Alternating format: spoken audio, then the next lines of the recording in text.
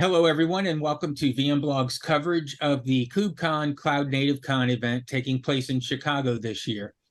And today we're joined by Bret Settle, the Chief Product Officer at ThreatX. Bret, thanks for joining us today. Oh, thank you. Glad to be here.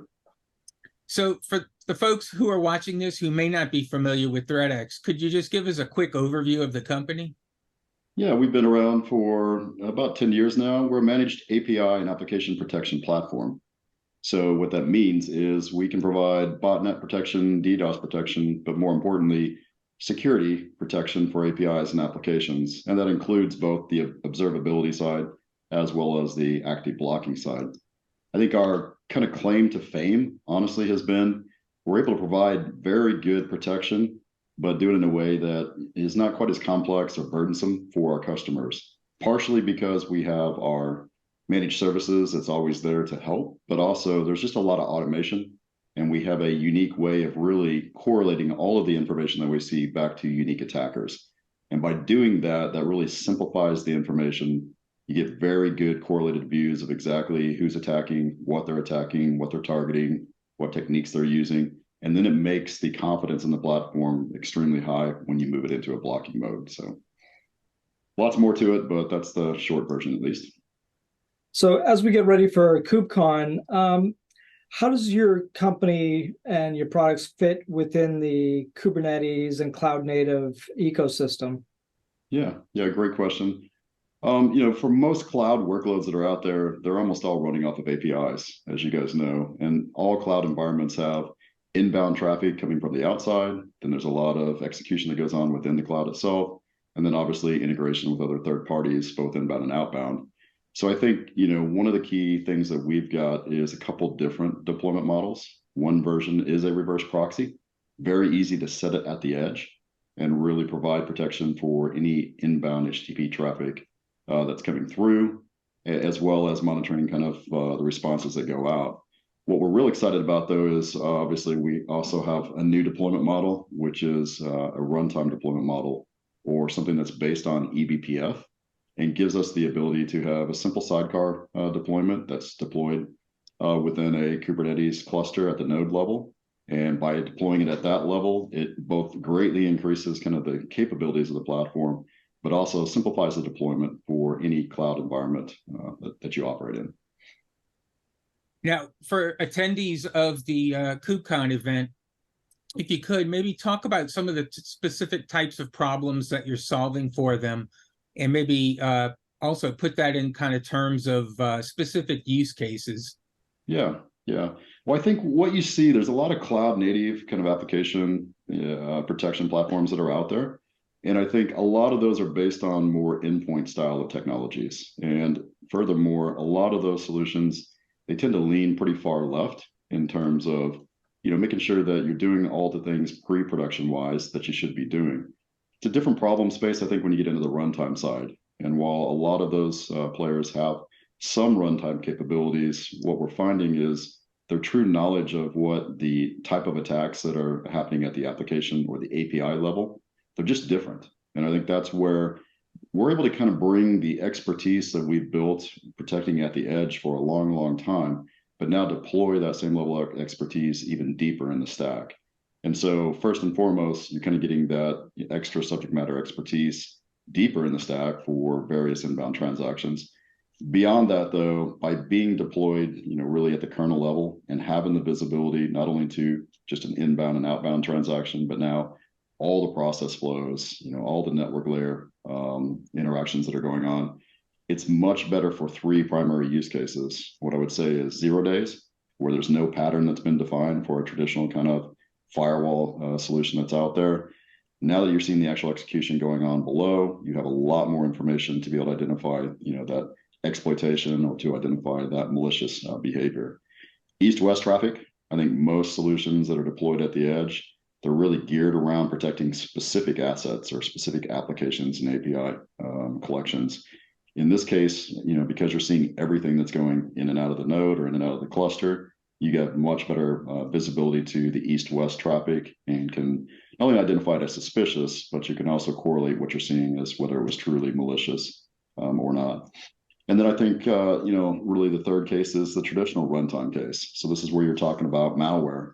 This is where you're talking about rootkits. This is where you're talking about, other things that traditionally you're not going to see on the inbound HTTP requests necessarily, but it's something that's only operating during the execution level. And so you have that visibility. It could even be data exfiltration and things of that nature. But the way we're looking at this, at least for ThreatX, is it's kind of an outside-in protection model.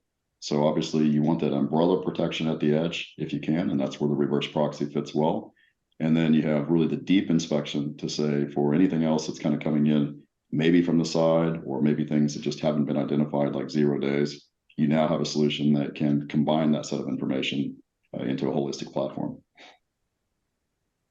Now at KubeCon this year, there's going to be 250 plus sponsors that are going to be there at the show. Yep. Obviously, everybody has their product and their niche.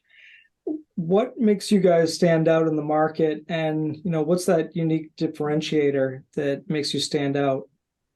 No, I think it's great. I think there's a couple different things, and I'll talk about one in particular in a minute. That's really the stickiest part. But from a technology perspective, most of what we do is really built on taking a look at all the different transactions, but really correlating them back to unique attackers. And so one of the hard things about, down at the level that you're at when you're talking about containers and microservices, as you are low enough now that you don't always know where did this transaction start. So having kind of the combined capabilities that we have allows us really to get that network correlation going on, so that once we've identified a malicious attacker, we can now block it all the way at the outside edge. And that then gives you the ability to kind of keep that traffic out and keep it out of your system and not clutter your system with a lot of the noise that's out there. Most people are afraid to initiate blocking in the first place, just simply because it is scary, right? But I think we've been able to kind of prove that we do some request level or process level blocking, but most of our blocking is done at a risk-based algorithm, and that allows us to defer the blocking until we have enough information to make good, clean blocks. You don't have to block with our solution. You can leave it in observability mode like most other solutions. But the feedback we got from our customers and the prospects and the CISOs that we work with is that it's just an enormous amount of information. And so you're wanting to have something that kind of keeps you from getting overloaded with all of the noise, and really allows you to quickly understand, where are the areas where we can put either virtual patching in place or blocking in place to narrow down the focus so that we can really focus in on those higher value activities we need to.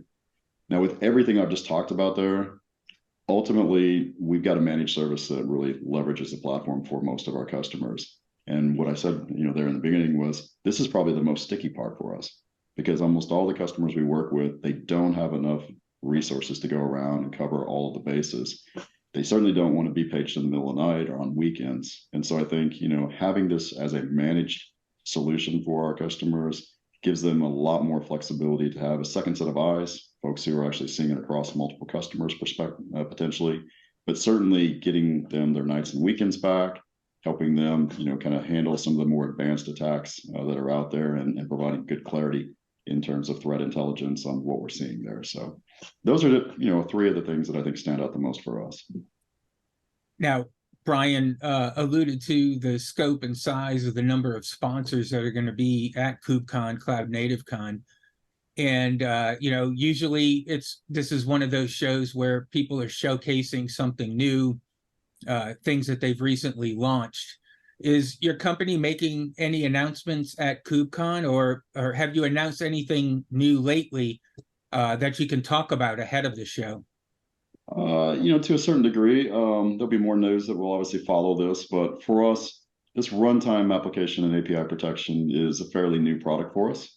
But also just the amount of capability that not only we'll be able to provide in terms of visibility, but even, our ability now to kind of expand that to, as I said before, correlate the information back to unique attackers and really help you with that threat intel profile is a new capability that's part of the solution that's coming out, along with much, much better visibility to just the overall deployment topology. What we found very early on with this is just that, while we're limiting some of the noise that's out there, there still is so much noise. So the UI, the look and the feel, everything has really been tuned to say, yeah, there may be tens of thousands, if not hundreds of thousands of events, but how do we filter this information down for you very quickly, get your eyes on what are the highest risk, what are the biggest trends that we're seeing in the overall application, and how we make this the most efficient for the folks to be able to utilize it. And then how do we allow you to filter it to specific clusters, nodes, groups, things that you want to zero in on for particular business purposes as well. So a lot of that is just the advancements we've made, primarily based on a lot of feedback we're getting from our beta customers and from our GA customers as we're kind of rolling this out into the wild here. Right. And, attendees look forward to KubeCon every year, and to hear from some of the thought leaders about the big picture and some of the futures of the industry. What are some of the themes or trends that you guys are looking forward to in 2024? Well, first and foremost, it just continues to be, we're seeing, the always ever present continued cloud adoption, but we're seeing it really across the heterogeneous environments.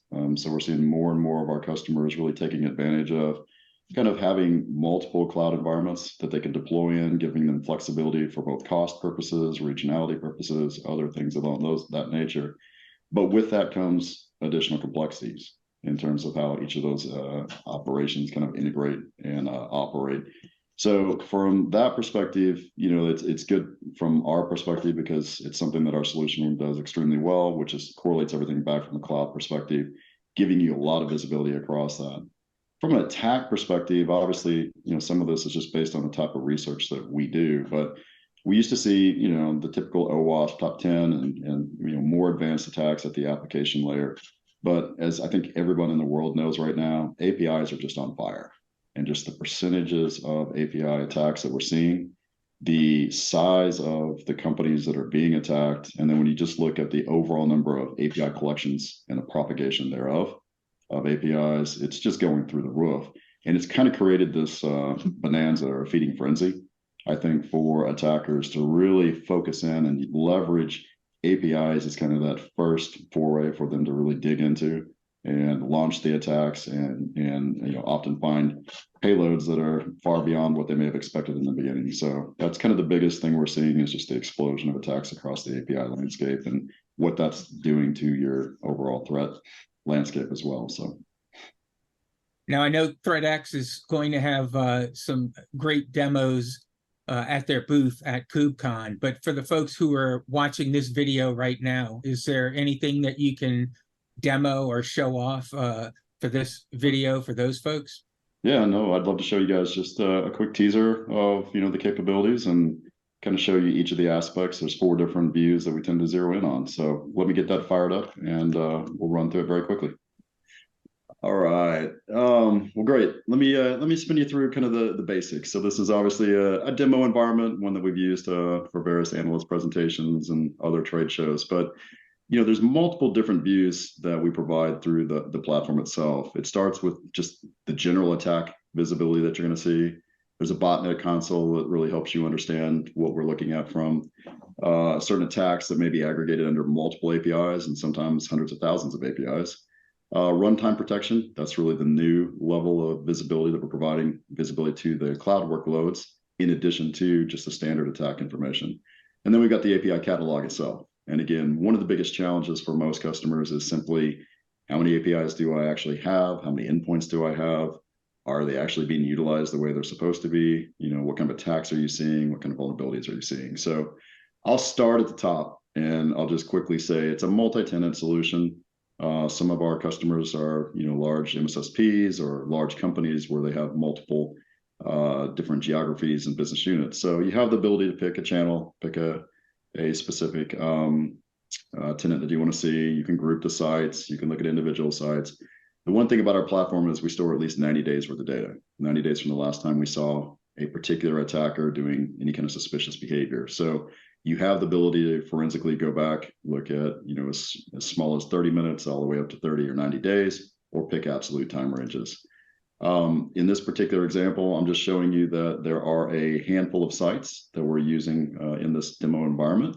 And for those sites, you'll note that, hey, we've got a number of different attackers doing different types of attacks against different components or different applications. And as you'll notice, quick visibility to just any of the overall risk ratings By default, the solution will block anything over 70 on a 100-point scale.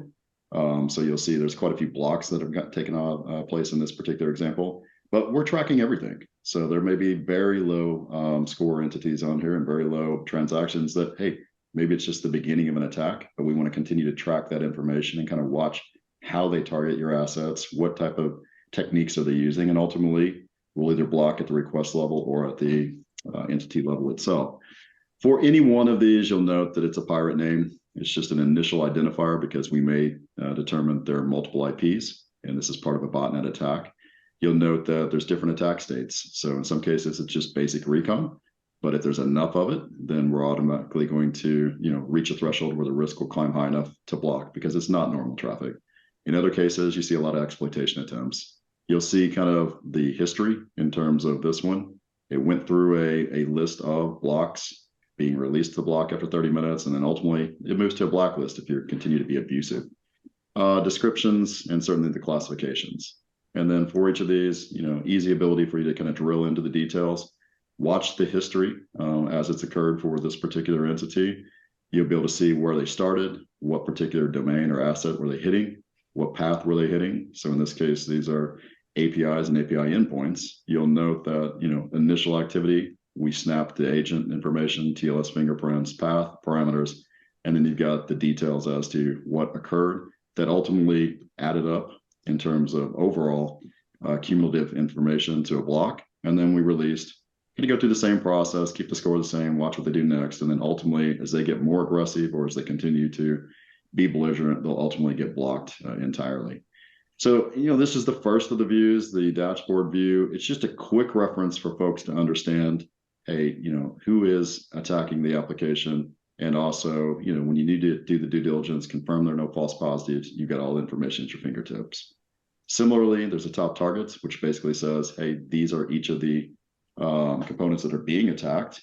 And then for each of these, you'll note how many unique attackers, how many matched events, how many blocked events, are we seeing other suspicious behavior like 500s or other things. And then for each of these, you'll be able to drill in, see specific paths that are being targeted, and then ultimately kind of the similar visibility, which tells you the type of attacks that you're seeing against those particular targets.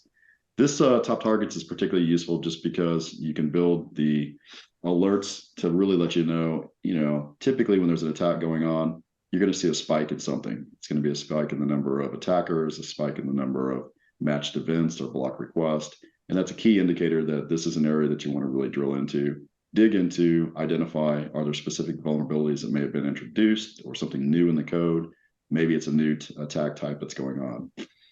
Botnet is just, as I said before, in certain cases, there's going to be a set of information that was identified on the attack dashboard. You'll see that, hey, there are certain things that are key indicators that these multiple IPs and multiple entities actually have a lot of similarities. And so the botnet console is our ability to pull those all together, see the details behind each one of those particular attackers, look for the commonalities in terms of the different types of attacks, and then craft a response if one's not already capable out there to kind of roll with that botnet attack. Because the one thing about botnets is they don't just launch a generic attack that you have an easy signature for. They continue to go through various permutations and changes, trying to avoid the detection. And it's the one biggest thing we see in the botnet industry is if you don't have the ability to be flexible and move quickly, then you pretty much get a pattern defined for you and sold on the dark network, and they kind of slip right past the botnet solution.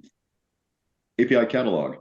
I'll go quickly here, but for the API catalog, if I blow it back out to the 7 days, you kind of get a better visibility to. These are all the APIs that have been discovered for these various sites that are under our protection. You'll note that we've got the sites themselves, and we kind of start at the top level for each of the sites, giving you visibility then to what we're seeing. Are there any major increases? And then for each of these, how can we drill into the specific endpoints below, identify what we're seeing in terms of additional behavior, and then for each of the endpoints, quick reference details, and then more specifically, what are all the different types of attacks and potential vulnerabilities that we're seeing for each of these components.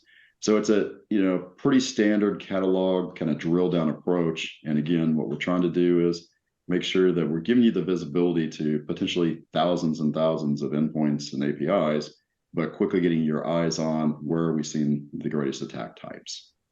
And then lastly, I'll just hit the runtime component here. This is really, especially for the KubeCon crowd here, this is going to be, the deployment that's been done within that Kubernetes environment, whether it's GKE, whether it's AWS, whether it's Azure, or whether it's standard K8s. This can be deployed, as I said, node level as a sidecar. And then what it's doing is leveraging eBPF to really identify how many different applications are running in this particular environment. And then for each of those applications, any of the suspicious events that we're picking up. Quick reference across the top to give you the type of information that we're seeing. But more importantly, it's the ability now to take a look and say, okay, for this Apache application, let's take a look at the different type of commands, or let's look at specific classifications that we're picking up. There's info disclosure here. There's a certain set of rules potentially that we're picking up here as well, and or high versus low risk activity. And again, what we're doing is we're trying to filter you down as much as we can to get you specific eyes on the type of events that are occurring that kind of match that. For each of the events, you're going to have, the process graph, which will include, where did it start? What was kind of the sequence that it went through? Sometimes we'll have the sister processes and events that we saw and picked up at the same time. Anything else that was suspicious, you'll have the ability then to click there. And then for each one, it's the trigger conditions that we saw, all the parent IDs, the timestamps, command line, and more importantly, just the environment variables, what we saw, what was going on for this particular event. And then, as I said before, there's always the ability, if there are multiple events, to be able to kind of see the patterns and see other areas that may be under attack at the same time as well. So I know that was really quick, but I also know I only had a few minutes to kind of get through it all. But it's a fully featured platform information. As I said, a lot of this is also being utilized and managed by our managed services team as well. And again, the key here is to take a mountain of information, make sure you're getting as much visibility as you can to exactly what we're seeing that's both suspicious, what we're seeing that's malicious. And then, we have the ability to be able to implement the rules to actually engage in active blocking, which is very different than a lot of the solutions that are out there. And again, that blocking can be virtual patches to certain vulnerabilities we've identified, or it can be just, hey, there's all the known things that just should never occur in my application environment. We can get that blocked, but we'll have the audit trail. We'll have all the information that we need behind it to stand up and give you the confidence that it's doing what it should be doing and it's not doing the things that it shouldn't be doing. So, and with that, I'll kind of wrap up, at least for now, this demo, but encourage folks to definitely visit us at the booth. We can go into much more detail and really address any questions this may have provoked in that conversation. Well, thanks for that great demo. Where can people that aren't going to be at KubeCon, where can they go to find out more information about your company and some of the things you talked about today? Yeah, the easiest place is always going to be ThreatX.com. So it's threat with an X, all one word, .com. You'll find everything that I've talked about, at least at a high level, on the website. And then, we obviously have folks that can reach out. What I'll say, guys, is our ability to get this installed and do a proof of concept, or at least, get through the demo, it's a super easy deployment. It's something that can happen very quickly. And, there's not a lot of tuning that goes on. Most of this is using a lot of ML and a lot of fuzzy logic behind the scenes to really, automate as much as you can. The minute you get this thing installed, you start seeing the same results that I showed in the demo. So always something I encourage customers to take an active look at. Well, we look forward to seeing you at KubeCon, and thank you again for being part of our coverage of KubeCon. Awesome, guys. Really appreciate you inviting me. Thanks.